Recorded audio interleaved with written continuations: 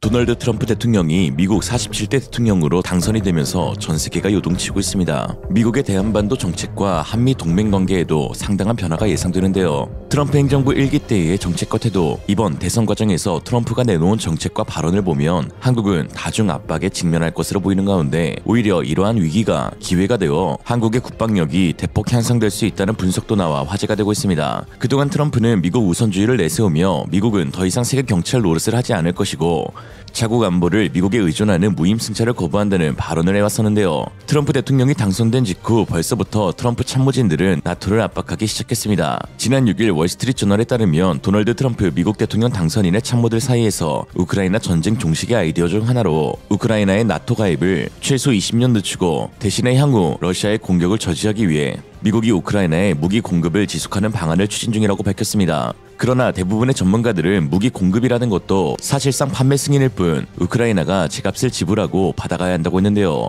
트럼프는 미국 방산기업인 로키드 마틴, 레이시온, 보잉의 든든한 뒷배로 세계 각국의 방위비 분담금을 요구하면서 협상 카드로 무기를 파는데 이로써 미국 방산기업들의 막대한 재정적 수익을 안겨주고 있습니다. 실제로 방산주는 대표적인 트럼프 트레이드로 꼽히며 당선 소식과 함께 일제히 급등하기도 했는데요. 트럼프가 당선된 이후 지정학적 리스크가 커질 가능성이 높고 이에 따라 미국 이외의 국가에서 국방비 지출을 큰 폭으로 늘릴 유인이 있기 때문입니다. 트럼프는 우크라이나전 종식뿐만 아니라 미국이 나토에서 탈퇴해야 한다는 주장도 꺼냈습니다. 그는 일찍이 재임 시절 유럽의 나토 회원국들이 국방에 투입하는 예산을 두고 너무 적다고 줄곧 불평해 왔었는데요. 나토 회원국들은 대부분 잘 사는 선진국인데 적어도 국내 총생산의 2%는 방위비로 써야 한다며 그 기준에 미치지 못하는 국가들을 안보 무임승차라고 비난하였죠. 이에 티에리 브루통 EU 담당 집행위원은 이제 트럼프가 돌아온다. 만약의 상황에 대비하려면 우리에게 자주국방 말고는 다른 선택지가 없다라고 강조했습니다. 실제로 2020년 트럼프의 압박에 결국 나토 회원들은 일제히 방위비를 올리기도 하였습니다.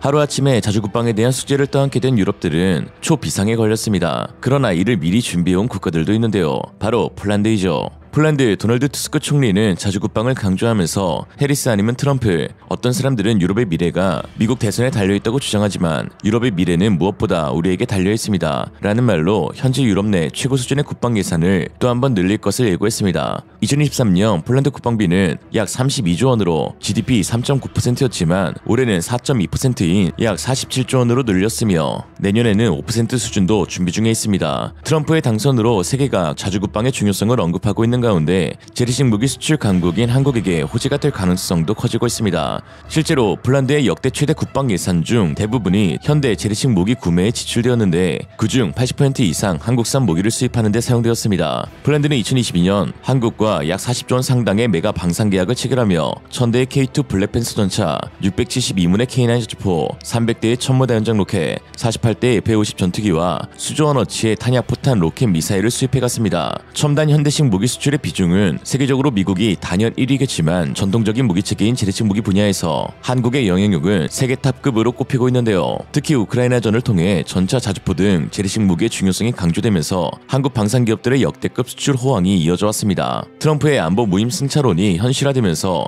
중동과 동유럽 지역을 중심으로 K9 자주포, K2 전차와 같은 지상장비가 인기를 끌고 있으며 심지어 방산 선진국인 미국으로의 비궁 함정체계 K9 자주포 역시 수출이 추진되고 있죠. 이런 상황 가운데 재래식 무기 강국 한국의 비재래식 무기인 핵무기에 대한 보유 역시 현실화될 가능성도 높아지고 있는데요. 트럼프는 한국에도 주한미군 방위비 증액 카드를 꺼내들면서 심지어 주한미군 철수까지 거론하고 있는데 한국은 이 위기에서 한국의 핵무장을 암묵적으로 용인되는 명분으로 삼을 것으로 보입니다. 실제로 트럼프 당선인은 공화당 대선 후보 경선 때 북한 핵이 큰 문제인데 한국이 핵을 갖고 스스로 방어에 나선다면 상황이 더 나아질 것이라고 말하기도 했으며 미국 백악관 안보보좌관 후보로 유력한 엘브리지 콜비 전 미국 국방부 전략개발 담당 부차관보가 한국으로 와서 자체 핵무장을 고려할 필요가 있다고 말하는 등 한국이 진짜 중견 국가로서 평화에 대한 굳은 의지와 결기를 갖고 주변 정세를 돌파하지 않으면 안 되는 시기가 도래했습니다. 이에 한국에서는 자체 핵무장을 찬성하는 여론이 역대 최대 최대치를 기록하고 있는데요. 무려 71.4%가 북한이 핵을 포기하지 않을 경우 한국은 핵무장을 해야 한다라고 답했습니다.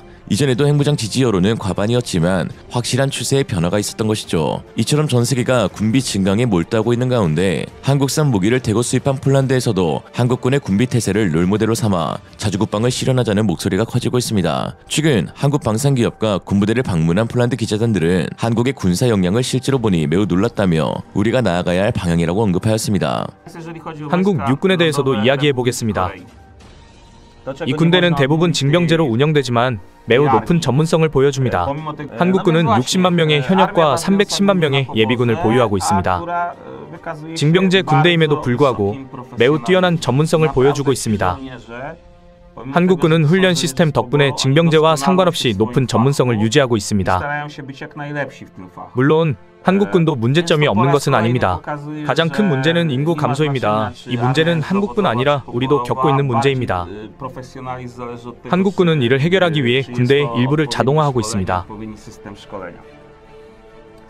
이는 완벽한 대체가 아니지만 현재로선 필수적입니다. 소형 드론과 같은 무인 시스템이 도입되고 있습니다. 또한 보병 지원용 드론도 있으며 무인 차량을 통해 병사들의 무게 부담을 줄여주기도 합니다. 일부 무인 차량은 기관총을 장착하여 지원 플랫폼으로 활용됩니다. 한국 장비는 기술적으로 매우 발전되어 있으며 폴란드에서도 K 전차를 경험할 수 있었습니다. K 전차를 다루는 병사들은 특히 사격 통제 시스템이 폴란드 군에서 최고 수준이라고 강조합니다. 서방 전차와는 달리 K 전차는 디스플레이를 통해 조준 시야를 보여주며 편리성을 더합니다. 이 시스템은 매우 혁신적이며 K 전차는 저가 식별 시스템 AFF도 탑재하고 있습니다. 최근 한국은 카타르에 소규모 전투 그룹을 파견했습니다. 전차 4대와 자주포 3운을 보냈는데 5km 거리에서 K 전차가 80% 이상의 명중률을 기록했습니다. 이는 5km 거리에서 유도되지 않은 탄약으로도 높은 정확성을 보이는 매우 인상적인 결과입니다. 한국에서 경험한 다른 점을 말씀드리자면 공장을 둘러볼 기회가 있었는데 자동화와 높은 수준의 전문성 그리고 매우 청결한 작업 환경이 인상적이었습니다. 일부는 거의 멸균 상태에 가까웠고 이는 폴란드의 일부 공장에도 도입되고 있는 것 같습니다. 이 정도가 제가 경험한 한국군 및 한국 산업에 대한 내용인 것 같습니다. 마치 북한을 망원경으로 관찰했던 경험은 어떠신가요? 영화에서처럼 양측 경비병이 서로 마주보고 서 있는 장면은 아니었고 관측소에서 큰 망원경으로 강 건너 북한을 볼 수 있었습니다. 인상적이었던 것은 북한에서 들려오는 우렁찬 소리였습니다. 아마도 남한 쪽으로 애국가나 공산주의 행진곡 같은 음악을 스피커로 틀고 있었던 것 같습니다. 남한에서는 때때로 K-팝을 틀어 심리전을 펼치기도 한다고 합니다. 하지만 한국 측에서는 관광지처럼 변모시켜 사람들이 카페에서 커피를 마시며 북한을 볼 수 있고 놀이공원, 식당, 박물관 등이 있어 큰 차이를 보여줍니다. 남한은 이 상황을 일상으로 받아들였고 이를 어느 정도 극복한 듯합니다. 제가 남한 사람들과 통일에 대해 이야기해보니 그들은 이미 통일이 별 의미가 없다고 말했습니다. 경제적으로도 남한에겐 통일이 이익이 되지 않는다는 게 사실입니다. 북한의 생활 수준을 남한 수준으로 끌어올리기 위한 비용은 막대할 것입니다. 북한에서 남한으로 탈북한 사람들이 문화 충격을 받는 것도 자주 볼 수 있습니다. 즉, 징병제를 시행하면서도 현대적이고 기술력 있는 군대를 가질 수 있습니다. 과거 공산주의 시대 말기처럼 사람들이 징병제를 기피하고 비판하던 시기와는 다릅니다. 세계에는 징병제가 성공적으로 운영되는 사례가 많이 있습니다. 이는 국가 정부, 미디어, 그리고 우리 모두의 접근 방식에 달려 있습니다. 우리에게는 아시아에는 없는 문제가 있습니다. 아시아에서는 개인주의가 덜하고 국가와 민족이 중요시됩니다. 반면 유럽에서는 개인주의가 더 강하며 양쪽의 균형을 찾는 것이 중요합니다. 아시아에서 배울 점이 많으며 이는 전혀 논란이 될 내용이 아닙니다. 아시아 국가들이 문제를 어떻게 해결하는지 살펴보고 우리가 벤치마킹할 수 있는지 봐야 합니다. 1만 킬로미터 떨어진 나라의 정권이 바뀔 때마다 한국 안보의 위기론이 거듭 반복되는 현실로서는 진정한 국가 안보를 유지하고 있다라고는 말할 수 없을 것입니다. 그와 무관하게 우리는 우리 손으로 우리의 땅과 사람들을 지킬 수 있는 강력한 힘, 자주 국방을 지니고 있어야 할 것입니다. 우크라이나 사태는 강대국 틈바구니에 낀 한국에도 시사하는 바가 큰데요. 자주 국방을 방기하면 어떤 비극을 초래하는지 여실히 보여주는데 우크라이나는 1994년 핵탄두 폐기와 관련한 부다페스트 각서를 맹종한 나머지 국방력 강화에 소홀히 한 대가를 톡톡히 치르고 있는 것입니다. 우리를 지킬 것은 동맹도 약속도 아닌 진정한 자신의 힘입니다. 코미디언 출신으로 국방안보 요직에 연예계 동료들을 대거한치 볼로디미르 젤렌스키 우크라이나 대통령은 전쟁이 발발한 뒤에도 미국이 지원할 것이라는 담화문으로 국민에게 희망 고문만 해댔습니다. 그리고 현재 20%의 자국 땅을 러시아에 뺏긴 상태로 전쟁을 종결해야 하는 상황을 맞이하고 있죠. 결국 무임승차가 문제가 아니라 자차를 구비해야 하는 것이 더 중요한 오늘입니다. 오늘의 한 줄 평, 평화를 원한다면 전쟁을 준비하라.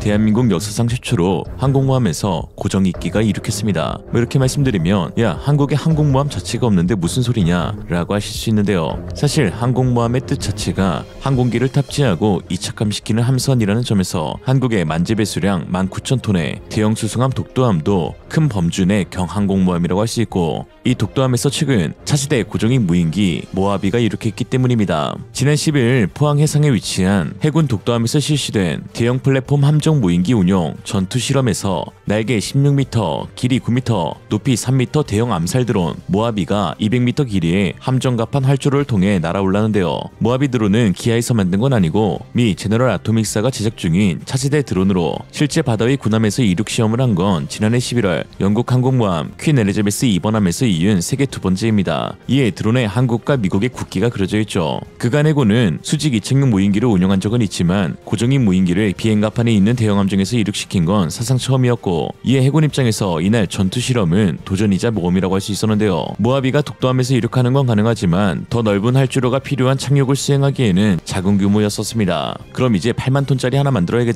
그럼에도 이를 바탕으로 중장기적으로 고정익 무인기 운용에 최적화된 함정 형태 등 전력 운용 발전 방안을 모색할 기회를 갖게 되었다는 것에 의미가 있는데요. 시작이 반이라고 한국의 항공모함과 고정익기의 사출 그리고 항공모함 내 드론 운용에 관한 많은 데이터를 얻을 수 있게 된 것이죠. 모하비는 기존 정찰 공격형 무인기 그레이 이글을 단거리 이착륙기 방식으로 개발 중인 것으로 최대 1만 피트 고도에서 최대 속력 140노트까지 날 수 있습니다. 특히 헬파이어 미사일을 최대 16발이나 장착할 수 있는데 헬파이어는 8km 떨어진 적 전차를 파괴할 수 있는 대전차 미사일로 우크라이나전을 통해 게임 체인저로 급부상한 무기이죠. 이에 한국의 차세대 항공모함 건조에도 탄력이 붙을 것으로 기대되는데 최근 중국의 해양 패권 야욕이 거세지면서 특히 항공모함 훈련도 잦아지고 있어 미국과 한국 모두 촉각을 곤두세우고 있는 상황입니다. 지난달 말에는 중국의 항공모함 2대가 나란히 훈련하는 장면을 실제로 공개했는데요. 전투기 12대가 상공을 비행하는 가운데 레오닝함과 산둥함이 나란히 항해하고 뒤편에 구축함들이 따라오는 훈련 장면이 공개되었습니다. 중국 항모전단은 남중국해뿐만 아니라 황해와 동중국해 등 여러 해역을 옮겨다니며 주변국에 위협을 가했는데 최근에는 첫 사출형 항공모함인 푸젠함에 탑재될 젠35까지 공개해버린 중국입니다. 젠35는 2014년에 처음 공개된 중국의 5세대 전투기로 함재형과 지상형으로 개발되어 푸젠함에 탑재될 예정이죠. 이처럼 중국의 압박이 거세질수록 미국과 한국의 공조가 더욱 중요해지고 있는데요. 이에 한국과 미국은 13일 제주 남방 공해상에서 2차 프리덤 엣지 훈련에 나서는데 한국은 이지스 구축함, 서해 유성용함을 비롯해 충무공 이순신함, P3 해상초계기, F-35A, F-15K 전투기를 참가시켰고 미국은 니미츠급 원자력 추진 항공모함 조지 워싱턴과 히긴스함, 맥캠벨함, P-8 해상초계기, F-35A 전투기 등을 보냈습니다. 조지 워싱턴함은 배수량 10만 4,200톤으로 함재기들이 뜨고 내리는 비행갑판이 축구장 3배 크기에 18,000제곱미터인 슈퍼항모이죠. 이 슈퍼항모를 보유한 미국과 이순신의 후에 한국 해군의 연합훈련에 중국은 매우 날이 서 있는 모습인데 그래서일까요? 지난 6월 부산에 입항한 미국 항공모함과 한국 군사지역을 드론으로 불법 촬영했던 중국인 유학생 3명이 알고 보니 최소 2년간 다른 군사시설까지 촬영한 정황을 정부 당국이 포착했습니다. 더 이상 이들을 순수한 유학생이라고 볼 수 없는 것이죠. 앞서 6월 25일 부산경찰청은 정박 중인 미 해군 항공모함 시어도르 루스벨트를 5분여간 촬영한 중국인 유학생 3명을 군사기지 및 군사시설 보호법 위반 위반으로 체포했는데 이들은 단순히 호기심에 촬영한 것이라고 해명했지만 알고 보니 조직적으로 단연간 한국의 군사시설을 몰래 촬영하고 있었습니다. 어민들도 민병대로 사용하는 중국 입장에서 유학생이 스파이 활동을 하는 것은 너무나 지극히 중국스러운 행동인 것이죠. 중국이 스파이까지 동원하면서 한국의 군사시설을 염탐하고 있는 이유는 중국의 대만 침공 계획에 한국이 가장 큰 걸림돌이기 때문인데요. 특히 최근 미국 대통령으로 선출된 트럼프 대통령이 한국 조선업과의 협력을 콕 집어 언급하면서 중국의 대만 침공 계획도 차질이 생기고 있습니다. 트럼프 대통령은 미국 조선업이 한국의 도움과 협력을 필요로 하고 있다며 한국의 세계적인 군함과 선박 건조 능력을 잘 알고 있으며 우리 선박 수출뿐만 아니라 보수 수리, 정비 분야에 있어서도 긴밀하게 한국과 협력할 필요가 있다고 말했습니다. 자국 우선주의를 표방하는 트럼프 대통령이 미국 조선업이 아닌 한국 조선업과의 협력을 요청한 뒷배경에는 사실 중국 견제라는 속내가 있는 것이죠. 미국은 조선업의 국제 경쟁력 상실로 장기적으로 해군 전력에도 부정적 영향을 우려하고 있는 상황인데요. 미국의 유명 해양 전략가 알프레드 마하는 제해권을 장악하기 위해선 상업용 조선업이 활성화되어 해군 조함을 뒷받침해야 한다고 주장하고 있는데 투자 리스크가 큰 조선업을 단기간 내에 활성화시키는 것은 불가능하며 이에 이미 세계 최고의 인프라를 형성하고 있는 한국의 도움이 절실히 필요하다는 것이죠. 이에 미국 해군은 올해부터 외국 조선수에 함정 수리를 맡긴다는 계획을 세웠습니다. 실제 지난 2월에는 미국 해군 장관 카를로스 델토로가 HD 현대중공업과 하나오션을 찾았고 8월엔 하나오션이 국내 기업으로는 처음으로 미해군 군수지원함 월리시라의 창정비 사업을 수주했으며 최근 12일에는 미해군 7함대에 배속된 급유함인 유코남의 정기수리 사업 MRO까지 수주하면서 3달 만에 추가 수주에 성공했습니다. 영국의 함정을 수출한 것과 맞먹는 대형 사건이었죠. 또한 최근 트럼프 대통령의 측근들이 한국의 중요성을 언급하고 있다는 점도 고무적입니다. 공화당의 핵심 싱크탱크인 헤리티지 재단의 해양 전략 전문가로 알려진 브렌트 세들러 선임연구원은 잠수함은 21세기 거북선이라고 할 만한 전략 자산이라면서 한국 조선업과 미국과의 협력을 강조하며 이와 같이 말했습니다. 브렌트 세들러는 미국 해군 대령 출신의 연구원인데요. 실제 트럼프 정책에 매우 깊게 관여하고 있는 헤리티지 재단에서 해양 전략, 해군 전략과 관련된 연구를 총괄하고 있습니다. 그의 발언은 최근 미국 보수 진영이 한국 조선업을 어떻게 생각하는지 여실히 보여주는데요. 러어 전쟁과 중동 전쟁이 발발한 이후 미국 방산업계는 미국의 무기 생산 능력 급감을 우려하고 있는데 가장 큰 문제로 지목받는 분야가 단연 해군이죠. 매달 수십 척의 함정들을 복사 붙여넣기로 뽑아내고 있는 중국과 달리 미국은 조선업계의 붕괴로 함정 생산, 수리 건조 능력은 사실상 0에 가까워졌습니다. 괜히 그 아메리카 퍼스트 트럼프가 한국을 찾는 게 아니죠. 최근 한국이 자랑하는 세계 최고의 잠수함인 KSS-3 역시 크게 주목받고 있는데요. 지난 8일 폴란드 디펜스 입사는 특집 보도를 통해 KSS-3 분석 기사를 내놨습니다. 기사에서는 KSS-3 잠수함은 현존하는 가장 최신의 현대식 잠수함이며 독일로부터 라이센스를 취득한 후 한국은 자치 기술과 솔루션을 개발하여 거의 전적으로 국내에서 건조된 잠수함을 제작하는 능력을 보여주었다고 평가하고 있습니다. 특히 한국이 자치 개발한 해상 전투 시스템, 수중 음파 탐지기, 연료전지, 배터리, 그리고 순항 탄도미사일을 포함한 완전한 무장을 갖춘 AIP 시스템을 갖추고 있다고 칭찬하면서 대한민국 해군이 발주한 잠수함 부품의 80%가 국내에서 제작된다고 언급하고 있습니다. 또한 세계 디젤 잠수함군 가운데 유일하게 SLBM 탄도미사일 발사가 가능한 수직 발사대를 탑재하고 있어 핵 잠수함만큼의 전략적 우위를 지닌다고 하였고 이에 폴란드 오르카 프로젝트 대상 가운데 가장 적합한 잠수함이라고 언급하였습니다. 예로부터 세계를 지배했던 나라들의 공통된 특징이 있습니다. 바로 바다를 지배했다는 것이죠. 영국 엘리자베스 1세의 총신인 월터 롤리경은 바다를 지배하는 자가 무역을 지배하고 무역을 지배하는 자가 세계의 부를 그리고 세계를 지배할 것이다 라고 했는데요. 500년이 지난 현재에도 동일하게 사용될 수 있는 말입니다. 충무공 이순신 장군께서도 임진년부터 5, 6년간 적이 감히 호수와 호남을 직공하지 못한 것은 수군이 그 길을 누르고 있어서입니다 라는 말로 해군의 중요성을 언급하셨죠. 연안이든 대양이든 제해권을 장악한 측은 공격이나 방어에 있어서 매우 유리한 위치를 점하게 되는데 미중 패권의 핵심은 사실상 해양 패권이며 이로 인해 그 길목의 제해권을 지닌 한국의 중요성이 부각되고 있습니다. 위기일지 기회일지 여러 말들이 나오고 있는 가운데 같은 사안을 두고 누군가는 트럼프가 한국을 총알바지로 사용할 것이라고 말하며 누군가는 한국이 세계 최대 핵심 요충지로 부상할 기회라고 말합니다. 그 결과는 어느 누구도 쉽게 예단할 수 없겠지만 한 가지 확실한 것은 우리는 그저 우리의 길을 스스로 준비하고 만들어가야 한다는 것이죠. 언제나 그랬듯 우리 대한민국은 위기를 기회로 바꿀 것입니다. 그리고 이제 바다로 세계로 나아갈 한국이 될 것을 리얼리즘이 보장합니다. 오늘의 한 줄 평 잊지 말자. 우리는 충무공의 후예다. 이 사진 한 장을 시장으로 K9이 세계를 정복했다는 것을 알 수 있었다. 최근 해외에서 진행되고 있는 K9 자주포의 훈련이 화제가 되고 있습니다. 한국에서 개발하고 생산한 K9 자주포가 지구 반대편에 있는 국가에서 운용되면서 특히 K9을 운영하고 있는 국가들끼리의 연합훈련까지 진행되고 있는 상황인데요. 전 세계로 휩쓸고 있는 K9이 앞으로 서방진영 유일 첨단 자주포가 될 수 있다는 충격적인 분석도 나오고 있는데 빠르게 한번 파헤쳐보겠습니다. Let's get it. 지난 10일 폴란드 육군은 에스토니아와의 연합훈련 사진을 공개했습니다. 단순한 연합훈련이 아닌 폴란드와 에스토니아가 운용하고 있는 K9 자주포로 진행된 훈련이었는데요. 폴란드 16기계화 사단의 마수리아 제1포병여단과 에스토니아 제4포병연대는 각각 한국으로부터 도입한 K9을 가져와 실제 사격까지 진행하면서 K9 향후회를 성공적으로 마쳤습니다. 모르긴 몰라도 화력 하나는 끝내주는 향후회, 특히 공개된 사진을 통해 폴란드와 에스토니아 포병들의 K9에 대한 애정도 엿볼 수 있었는데요. 청록색 군복을 입은 폴란드 군인들이 K9의 K를 만들었고 밝은 녹색의 군복을 입은 에스토니아 군인들이 K9의 9을 만들어서 오늘 연합훈련이 오직 K9 하나만을 위한 자리였음을 밝혔습니다. 한국과 8,000km 떨어져 있는 두 국가에서 한국의 K9을 가지고 함께 K9만을 위한 훈련을 한다는 것이 상당히 이례적인데 사실 K9의 경우 전 세계 10개국에서 운용되고 있으며 특히 10개국 가운데 6개국이 나토 회원국일 정도로 많은 사랑을 받고 있습니다. 최근에는 또 다른 나토 회원국인 로마니아와 1.4조 원의 계약을 체결했는데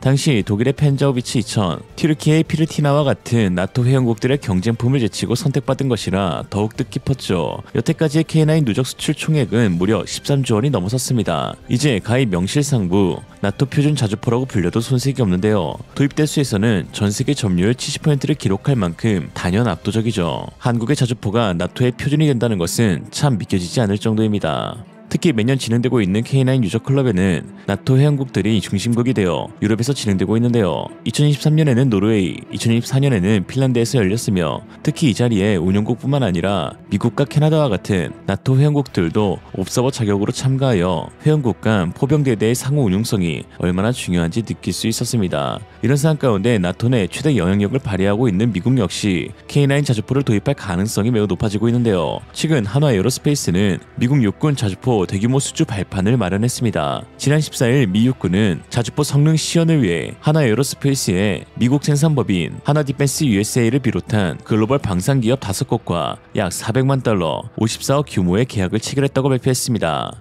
이 계약은 11월부터 진행되는 각사의 자주포 실증 테스트를 위한 것인데요. 한화 에어로스페이스뿐만 아니라 미국 아메리칸 라이온메탈 비이클스, BAE 보프로스, 독일 GDLS, 이스라엘 LB 시스템즈 등 4개사가 후보에 포함되었습니다. 연내 성능 시연이 마무리되는 대로 중단된 미국 자주포 현대화 사업의 간격을 메꿀 해외의 자주포가 선정될 예정이죠. 특히 K9 자주포의 경우 다른 한국산 무기체계와 달리 성능뿐만 아니라 정치 외교적 측면에서도 미국 수출 시 상당히 강점이 있는데요. 바로 나토 회원국들이 가장 많이 운용하고 있는 자주포이기 때문입니다. 특히 최근 미국 해병대가 개최하는 버마체이스 24 훈련에서 노르웨이군은 사상 처음으로 K9 비다르를 미국까지 수송하여 직접 훈련에 투입, K9 자주포의 성능을 해외 동맹국들 앞에서 선보였습니다. 버마체이스는 미 해병대가 주도하는 연례 다자간 훈련으로 북대서양 조약기구 동맹국과 함께 지상 및 공중 화력, 보병 전술 및 해군 포격의 통합에 대한 훈련을 진행하는데 노스캐롤라이나주 캠프 르전에서 진행되며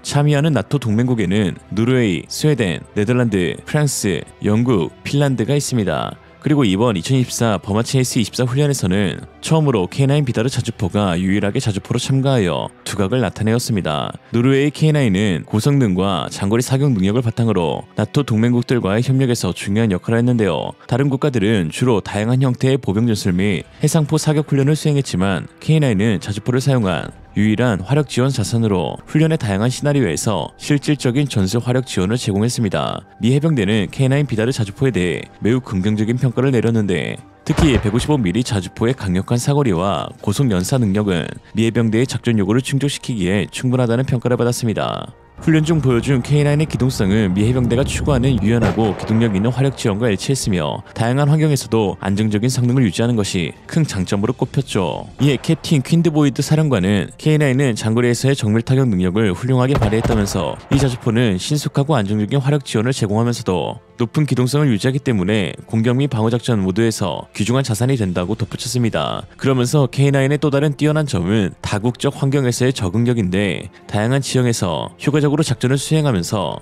연합군의 목표 달성에 크게 기여하며 단순한 지원치기를 넘어 우리 부대가 빠르고 효과적으로 대응할 수 있도록 돕는 전력 증강 자산이라고 평가했습니다. Camp Lejeune Marines with the 2nd Marine Expeditionary Force welcomed Finland, France, Sweden, Norway, the United Kingdom, and the Netherlands for their Burmese chase training. On your side's Claire Curry joins us live from Camp Lejeune tonight with more on the exercise and what it's like working with our European partners. Claire. 6 NATO allies have spent the last 5 weeks with Marines working to support one another. When your guys come over to Norway for the winter training, for your guys to come over to us and be able to trust us as the instructors to survive in wintertime, and for us to come over here and do live fire exercise with live rounds with the Americans, with the allies. Using 81mm mortars and the 155mm howitzer system. So it's not just a single country working with the United States, it's all the countries kind of meshing together and working on the different tactics, and procedures, and kind of having all those systems to be interoperable. Commander Bård Carlson and his men are here from Norway. He says the training is important to see what their strengths and weaknesses are together. It's also important for the different countries to learn something from one another. This allows them to have a tight cooperation. It's a swap. You guys have more warm climate than we have, so you have something to teach us there, and then again we have something to teach you guys regarding cold weather operations. So we meet together more than many times during the year. So for me personally, it's a bit like coming back home, being together with 2nd Anglico and 10th Marines here, because we have such a tight, good cooperation. 노르웨이 포병이 K9 저주포를 통해서 멋지게 훈련을 진행하는 동안 뒤에서 부러움의 시선으로 바라보고 있는 미 해병대의 모습이 포착되었는데요. 미 해병대의 경우 현재 궤도형 저주포를 보유하고 있지 못하고 있습니다. 주로 견인식 곡사포와 박격포를 사용하고 있는데요. 대표적인 곡사포로는 M777 155mm 곡사포이며 81mm 및 120mm 박격포가 유일한 포병 자산입니다. 미국은 그동안 여러 정치적 기술적 문제로 인해 포병 체계의 개량이 미루어지면서 현대화가 빠르게 진행되지 못했습니다. 특히 에르카 사업은 2018년에 시작되어 155mm 포탄을 기존보다 훨씬 멀리 발사할 수 있는 시스템을 개발하는 것을 목표로 하였는데요. 60년 넘게 39구경을 사용하고 있는 팔라딘 자주포에서 갑자기 확 늘려 무려 58구경 포신을 장착해 70km 이상의 사거리를 구현하려 했었죠. 그러나 너무 퀀텀 점프였던 것일까요? 여러 테스트 과정에서 기술적인 문제들이 발생했습니다. 주요 문제로는 비교적 적은 발사 횟수에도 불구하고 포신에 심각한 마모가 관찰되었고, 이 국방부는 제주사인 BA 시스템이 이를 해결하지 못할 것이라 판단하여 결국 2024년 이 사업이 공식적으로 중단되었습니다. 그리고 하나 에어로스페이스는 에르카 사업 중단으로 발생한 공백을 K9 썬더 자주포로 채우겠다고 제언하고 있는 것이죠. 특히 미국이 개발한 사거리 연장탄인 엑스칼리버를 노르웨이군이 운영하고 있는 K9 비다르로 시연하는 테스트가 성공적으로 진행된 점도 K9의 미국 진출 가능성을 높여주고 있습니다. K9에서 발사된 엑스칼리버는 지점 폭발 모드에서 1m 미만의 CEP로 목표물을 파괴했고, 다른 하나는 폭발 높이 모드에서 목표물을 불과 5m 높이에서 폭발하여 파괴했습니다. 물론 미국이 엑스칼리버를 노르웨이군에 수출하기 위해서인 측면도 있었지만 나토 표준 자주포로 자리 잡은 K9이기에 나토 최대 지분을 갖고 있는 미국이 관심을 갖는 것도 전혀 이상한 일이 아닙니다. 미국의 나토 내 지분은 예산 지원 분야에서 22%를 차지하고 있으며 이는 나토 회원국 중 가장 큰 비율입니다. 군사적 기여는 비교할 수도 없을 만큼 압도적인 역할을 하죠. 즉 나토에서 자주 쓰는 무기는 무엇보다도 곧 미국과의 호환성이 가장 중요하다고 할 수 있습니다. 그리고 여기서 한국의 K9 자주포가 가장 높은 호환성을 지니고 있는 것이죠. 한국은 나토는 아니어도 나토의 주요 방산 무기 셀링 국가로 자리 잡았습니다. 다행인 것은 미국 역시 한국을 경쟁국이 아닌 우호적 협력국으로 바라보고 있다는 것인데요. 미 국무부 대변인은 긴박한 수요를 맞추기 위해서는 공동 생산 능력을 늘리는 것이 중요하며 효율성을 높이고 글로벌 생산을 확대하며 낮은 비용으로 생산 품질을 유지할 수 있는 창의적 방법을 찾기 위해 한국을 포함한 유럽연합, 나토 및 기타 글로벌 파트너와 긴밀히 협력하는 것이 중요하다고 강조했습니다. 러시아는 북한 군인들까지 데려다가 방패막이로 사용하고 있는 형국이니 나토의 군사력 증진을 위해서 한국이 무기를 팔아주기만 한다면 고마운 상황이죠. 오늘 한 줄 평, 그래도 솔직히 K9이 나토 표준은 아니다. 지구 표준이다. 포병은 현대전의 신이고 K9은 신중의 신이다. 포병을 현대전의 신으로 묘사했던 스탈린, 포병 체계가 갖추고 있는 어마무시한 화력은 당시 전쟁 중 전체 사상자의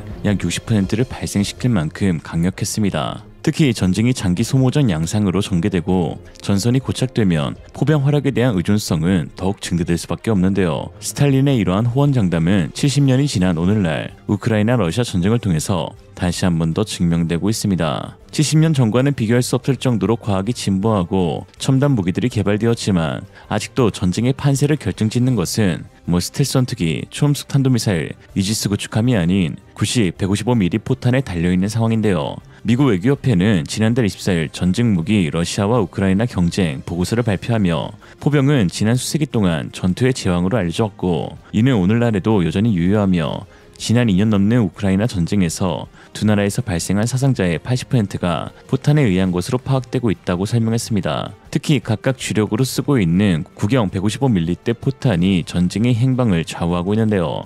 이에 서방 진영은 우크라이나의 155mm 포탄과 각국이 보유 중인 자주포를 지원하면서 물량 확보에도 애를 쓰고 있습니다. 이런 상황 가운데 전세계 최고의 자주포로 불리는 K9 자주포가 크게 주목받고 있는데요. 전세계 155mm 자주포 시장 점유율 70%를 차지하고 있는 K9은 이미 러시아의 위협에 노출되어 있는 폴란드, 에스토니아, 핀란드, 노르웨이, 루마니아 등 동북 유럽 국가들에게 수십 대에서 수백 대가량 수출되면서 완전한 K9 벨트를 형성하게 되었습니다. 특히 폴란드의 경우 지난 2022년 8월 672문의 K9 자주포 도입 계약을 체결한 이후 벌써 인도받은 K9 물량만 해도 108대에 달하는데요.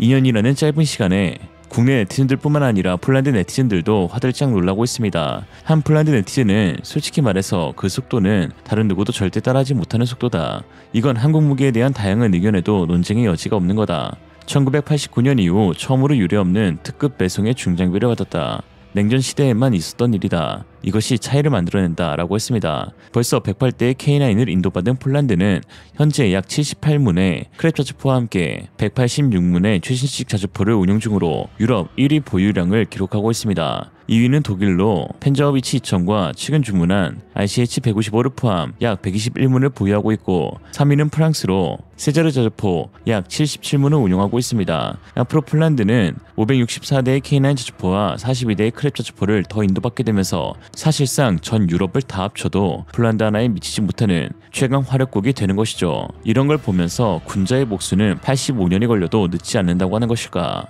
무튼 불안한 눈빛으로 바라보는 독일만큼이나 또 불안에 떨고 있는 국가가 있는데요. 바로 중국입니다. K9 자주포를 도입한 폴란드가 나토 훈련 및 성능평가에서 엄청난 극찬을 쏟아내며 K9의 위력을 마음껏 선전하고 있는데 문제는 중국과 영유권 분쟁 중인 인도가 도입한 K9도 폴란드의 것과 동일한 버전이라는 것이죠. 그래서일까? 최근 중국 군사 매체에서는 연일 자국산 155mm 자주포 PLZ-05에 대해서 열심히 홍보하고 있습니다. 중국 노린코가 2005년부터 생산하기 시작한 155mm 자주포인 PLZ-05는 기존 PLZ-45의 45 구경장을 52 구경장으로 교체하고 각종 개량을 적용하여 만든 최신형 자주포입니다. 중국 매체들은 인도가 도입한 K9 자주포를 의도적으로 폄하하면서 PLZ-05의 성능을 뻥튀기 하는 전략으로 선전 기사를 만들어내고 있는데요. 지난해 중국 신화일보의 군사 전문 페이지 신화군사망은 인도가 최근 배치한 K9 자주포는 중국의 신형 자주포에 비해 훨씬 성능이 떨어진다는 내용의 기사를 게재했습니다. K9은 카탈로그 데이터만 우수할 뿐 실제 성능은 떨어진다고 비난했는데요. 그러면서 K9은 중국산 PLZ-05 자주포보다 사거리와 발사속도, 탄도 중량에서 열세다. 가장 큰 단점은 신뢰성이 낮다는 것이라며 K9은 실제 포격전에서 긴 사거리와 높은 성능을 전혀 구현하지 못했고 연평도 포격 당시 K9을 파괴했던 것은 오히려 북한의 구식 견인 곡사포였다라고 주장했습니다. 그러면서 일부 국가가 K9을 구매한 것은 순전히 한국이 반도체, 자동차 생산 기술을 제공한 덕분이라는 억측을 내놓기도 하였죠. 역시나 중국다운 멍청한 결말인데 아니 K9을 도입한 10개국이 너희처럼 모두 멍청하진 않겠죠. 중국 매체의 주장 중 가장 황당한 것은 PLZ-05의 성능이 K9을 압도한다는 것입니다.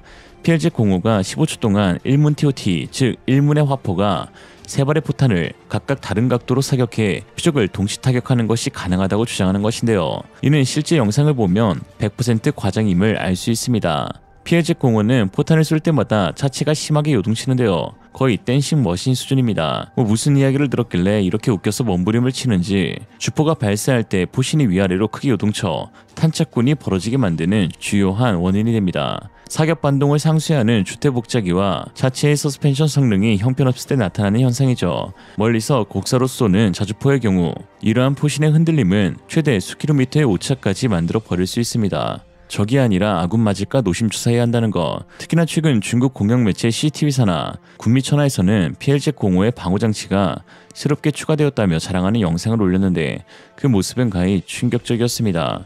10월 10일 공개된 영상의 제목은 정식 대비 인민해방군의 자주포에는 방호장치가 장착되어 있습니다 였는데요. 제목만 보면 무슨 첨단 능동 방호체계라도 달려있는 줄 알았는데 알고 보니 그냥 차대와 포탑에 철장을 둘러싸아 놓은 것일 뿐이었습니다.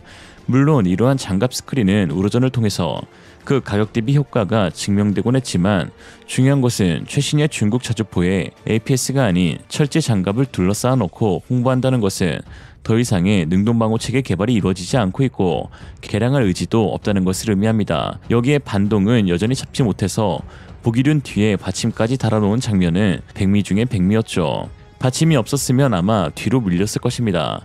바로 이어진 선정 영상에서는 중국 자주포의 직사 장면이 공개되었는데요. 눈에 띄는 것은 PLZ-05 자주포가 최신 자동화 시스템을 갖췄음에도 불구하고 랜야드 파이어 시스템을 사용하고 있었다는 것입니다. 랜야드 파이어 시스템은 오래된 발사 방식으로 포병 장비에서 끈을 당겨서 발사하는 방식입니다. PLZ-05가 2000년대 중반에 비교적 최근에 개발된 신형 자주포임에도 이러한 방식을 채택하고 있는 것은 중국 자주포가 지니고 있는 근본적인 성능 미달을 나타내는데요. 전자식 발사 시스템의 신뢰성이 충분하지 않다는 것이죠. 특히나 랜야드 시스템을 사용할 경우 발사 속도가 느려질 수 있으며 절차 또한 복잡해져 현대 전자전 및 정보전 환경에 대한 대응력이 뒤처질 수밖에 없습니다. 여기에 끈을 당기는 동작에서 발생할 수 있는 작은 실수나 조작 오류는 발사의 실패를 초래하고 직접 전투 상황에서 부사수가 적의 사격, 포격, 폭발물 등의 위협에 노출될 수가 있죠. 오히려 한 명의 승무원이라도 줄여야 하는 현대전에서 줄을 당겨줄 부사수 인원을 늘려야 하는 중국입니다. 영상 보시죠. 我们的实弹射击已经开始了，咱们因为是我们装备到训练场之后第一次射击，所以呢，整个炮班呢在第一发射击的时候是需要下车，然后通过拉发的方式对火炮进行击发。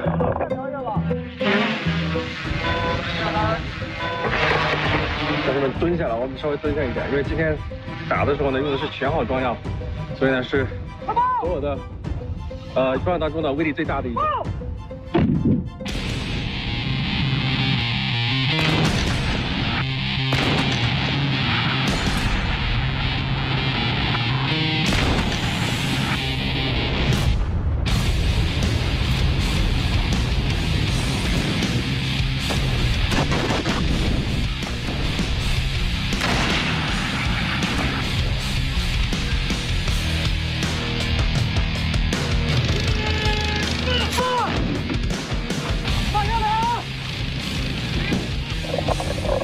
开炮之后呢，整个阵地都被这个地上的浮土给笼罩了。我们现在也暂时看不到这个靶区的情况。那么后面的观察所呢，会对这个手靶情况进行一个评估，然后呢看一下这个瞄准点的这个偏差，然后呢为下一发的这个射击呢调整呢做一个依据。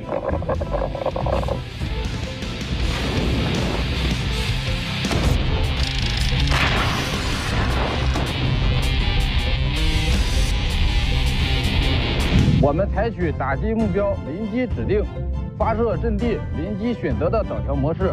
炮班接收目标后，自主解散组员，实施自主打击。从反应速度、打击精度两个方面检验炮班基础训练水平。又一发，应该也是从它这个烟雾的位置来说，应该也是上靶了，非常准。 当然，现在这准不准还只是我的肉眼判断，真正的成绩还得让数据说话。第一发射击完毕，炮长们在指挥车前集合，研读每一发的偏差，查找问题。确实，其中有几发出现了一些偏离，这就让对应的车组感到了一些压力。其实打第一发的时候，自己心里也没有底，因为第一次打。 중국 자주포의 직사와 달리 한국의 K9 직사는 편안함 그 자체였는데요. 직사 특성상 반동이 더 셀 수밖에 없음에도 K9은 최고 수준의 주택 복잡유와 차대 안전성으로 반동을 최소로 잡아내었습니다. 심지어 훈련을 주관한 김대양 상사는 훈련 중 최대 장약을 선택하여 사격했는데 이는 적에게 최단거리로 최대한 빠르게 전달이 돼야 하기 때문에 직사탄도를 형성해야 하고 탄이 직선으로 나가려면 추진력을 최대한 전달해야 하기 때문에 최대 장약을 사용한다 라고 했습니다. 최대 장약에도 불구하고 반동이 상당히 적었는데 K9의 우수한 기술력이 돋보인 장면이었죠. 한편 지난 6일 이집트는 대규모 연례 열병식을 진행했는데 여기서 한국에서 도입한 K9 저촉보가 등장해 화제가 되었습니다. 사막형의 모래색으로 도색된 K9의 모습은 엄청난 위압감이 들었는데요. 이집트가 보유한 모든 지상무기 가운데 제일 마지막에 등장하여 멋지게 퍼레이드를 마무리한 K9, 그 영상 한번 보시죠. الهاوتزر 155 ملي 52 عيار K9 A1 EGY من أحدث أنظمة المدفعية العالمية يتميز بالقدرة العالية على المناورة وتحقيق معدلات عالية في إنتاج النيران. له القدرة على التعامل مع جميع الأهداف بدقة عالية ويستخدم في إسكات بطاريات المدفعية ومراكز القيادة والسيطرة ووسائل الحرب الإلكترونية ومحطات الرادار المعادية لمعاونة أعمال قتال القوات في تنفيذ مهامها. مركبة الإمداد الآلي بالذخيرة K10 بطاقة تحميل 104 طلقة تستخدم في تحميل جميع أنواع الذخائر التقليدية والذكية والموجهة، خاصة الهاوتزر 155 ملي 52 عيار. بسم الله الرحمن الرحيم. سنريهم آياتنا في الآفاق. صدق الله العظيم. هذا هو شعارهم وتلك هي مبادئهم. تجنح للسلام. وماضي مصر وحاضرها يؤكدان على أنها لم تكن يوما.